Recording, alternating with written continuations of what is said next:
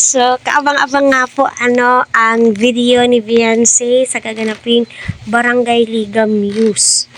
So ibinabandera po ni Beyonce ang MSS Santo Cristo.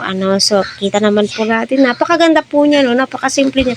At napapansin ko dito nga po sa picture ni Beyonce, ay matured po siya, tignan dito, nakadress po siya ng green. Bagay na bagay. Matured siyang tignan. Parang kaedad ni Edu, ganun. Ang pagkakaalam ko itong naka-green.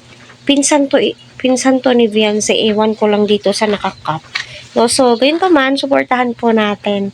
Kasi isa din po ito sa mga magpapasikat kay Beyonce sa kanilang barangay. Kahit ganun, alam naman po natin na sikat na si Beyonce at napaka-humble at napaka-amo nga po ng kanyang mukha. Hindi po magbago. So, abangan po natin ang post, kung sino po yung mananalo.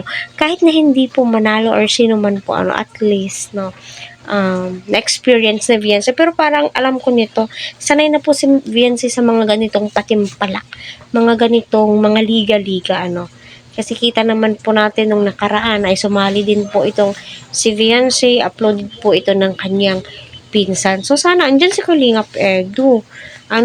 Para sa ganun ay may mag-cheer kay Beyonce. So masaya kami Beyonce kung ano man yung mga ginagawa mo na nagpapasaya sa'yo. Andito lang kami sumusuporta. Kaya nga inaabangan ka namin di ba? Kaya good luck.